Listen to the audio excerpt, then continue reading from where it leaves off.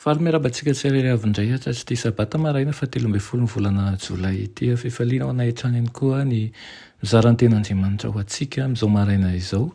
Dia irina tokoa ny mba hahafahanao miray amin'ilay Andriamantsika amin'izao sabata izao ary koa hahafahanao mandray ny famindram-pony hatrany. Alohan'ny dirantsika ny amin'ny mofinaina an'io dia hivavaka. Rainay tsara Andriamanitra atolotra ianao ny tera laza ny asa sy ny voninahitra.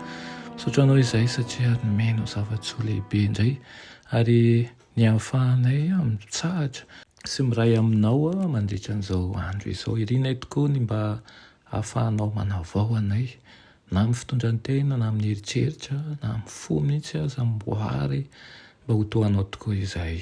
Ndray ny teninao izay amin'ity maraina ity ko mitenena raha eo fa voninkainao anao izay amin'ny anaran'i Jesosy. Amen.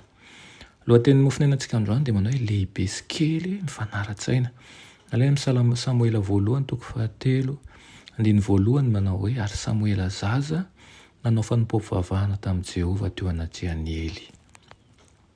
Raha mbola tanora Samoela fony izy naterina mba hanao asa fanompoana amin'ny fitoerana masina dia efa nanandraikitra sahady tanterahana amin'ny fanompoana an'Andriamanitra arak'izay fahafahana izy. Raha ampianarina tokoa manko ny zanaka mba handray an'ireo andraiky ny isan'andro ho toy ny taranja voatendrin'Andriamanitra ho azy dia izany hoe fianarana izay tokony fitorany mba azahoany manao fanompoana mahatoky sy mahomby dia ho hita mahafinaritra kokoa sy be voninahitra lavitra ny asa izay ataony.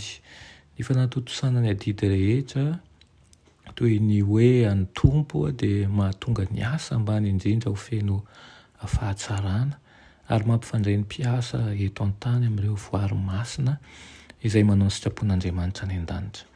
Hatramin'ny fahazazany dia fiainam-pahamasinana sy fanoloran-tena ny fiainan'i Samoela. Napetraka teo ambany fiahian'ny Ely izy tamin'ny fahatanorany ary ny toetrany Mateo ity dia nambaby ny fon'ilay mpisorona efa antitra. Tsara fanahy izy nahalala-tanana, nahazoto, nankatoa ary feno fanajana. Tena niariary tokoa ny fifanoherana teo amin'ny fitondrantenan'i Samoela tamin'ny fahatanorany sy an'ireo zanakalahy izay nateraka ny mpisorona dia natsapa fiadanana sy fahatoniana ary fitahiana tokoa Ely niaraka tamin'ilay zaza izay nakinina taminy ity. Tsy dia nahazatra loatra izany hoe Ely izay mpitsara ny lehibe ny firenena sy ity zazatsotra ity no mpinamana tsy mifankafohy tokoa. Tia manampy sy be fitiavana tokoa Samoela ary tsy mbola nisy ray tia zanaka mihoatra noho ny fitiavan'ny Ely an'ity tanora ity. Rehefa niahosa nefa ny fahateran'ny Ely dia tena nankivy azy fatratra ny fitondrantenan'ireto zanany lahy izay sasa ratsy sady feno fahadalan'ireto. Koa dia nitodika tany amin'ny Samoela izy mba hahazo fampaherezana sy fanampiana. Manohina ny fo tokoa ny mahita tanora mifanohana amin'ny efa antitra. Ilay tanora miandrandra torohevitra sy fahendrena avy amin'ilay antitra ary ity farany kosa miankina amin'ilay tanora hahazo fanampiana sy fiaraha-miora. Samy mihitsy ny tokony ho izy.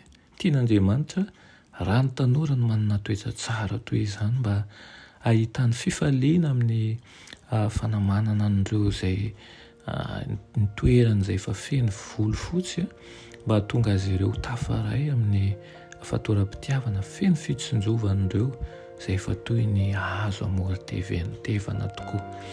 Dia irina tokoa ny tanora ihany koa mba ho tahaka ny Samoela tokoa ho tia ny hafa hitombo fitia amin'Andriamanitra izara izany amin'ireo mpiarabelona rehetra ary indrindra ny efa zoky olona. Tsy voatery ny tanora foana no ho anarina na omena faherezana fa azo ny tanora ihany koa mampaheriny lehibe mba hahatonga azy ho tonony fo ary ahafahany koa manana fifandraisana lehibe amin'Andriamanitra. Vavakisika. Ry Tompon'Andriamanitra io misaotra anao izahay ny amin'izany teninao izany. Misaotra Tompo mba manome ohatra amin'ny fiainanay teny amin'ny Samoela izany. Irinay tokoa raha ny tanora rehetra izay manaraka izao fandaran'izao dia mba ho tanora tahaka ny Samoela hitombo fahendrena, hitombo fitiavana anao ary koa tena ola azo anteherana ao amin'ny fiangonana misy azy, ka izy ireo mihitsy koa no afaka hampaherin'ny hafa indrindra ireo zakolona sy afaka nampy azy ireny amin'ny fotoana ilana azy. Tonoana sy angatany amin'ny anaran'i Jesosy. Amen.